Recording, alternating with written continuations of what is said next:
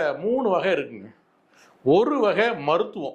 MBBS, empty மருத்துவம் படிச்சுட்டு doctor ஆகி வெளியில் வர்றவங்க. அதுலேயே பல பிரிவு இருக்குது. பிசியோதெரபி இருக்குது, பல் டாக்டர் இருக்காங்க, கண் டாக்டர் இருக்காங்க. அது வேற. மருத்துவம் படிச்சுட்டு வர வகை டாக்டர்.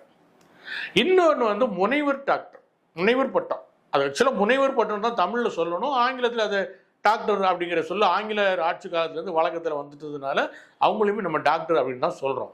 அவங்க என்னன்னா ஏதாவது ஒரு சப்ஜெக்டை எடுத்துக்கிட்டு அது பற்றிய ஆய்வு பண்ணி அதை ஒரு யூனிவர்சிட்டியில் அறிக்கையாக சமர்ப்பிக்கும் போது அந்த அறிக்கையை வந்து யூனிவர்சிட்டி படித்து பார்த்துட்டு பரவாயில்லையா நல்லா ஆராய்ச்சி பண்ணியிருக்காரு அப்படின்னு சொல்லி அவருக்கு ஒரு முனைவர் பட்டம் வழங்கும். இந்த முனைவர் பட்டத்திலேயே கூட நிறைய ஃப்ராடுகள் வந்து விட்டது. அது எல்லாருக்குமே கல்வித்துறையில் உள்ளவங்களுக்கு எல்லாருக்குமே நல்லா தெரியும். இதிலே வந்து என்னன்னா வைரமுத்துவின் பாடல்களில் காதல், கம்பராமாயணத்தில் கவி நயம் இப்படிங்கிற மாதிரி ஏதாவது ஒரு தலைப்பு எடுத்துக்கிட்டா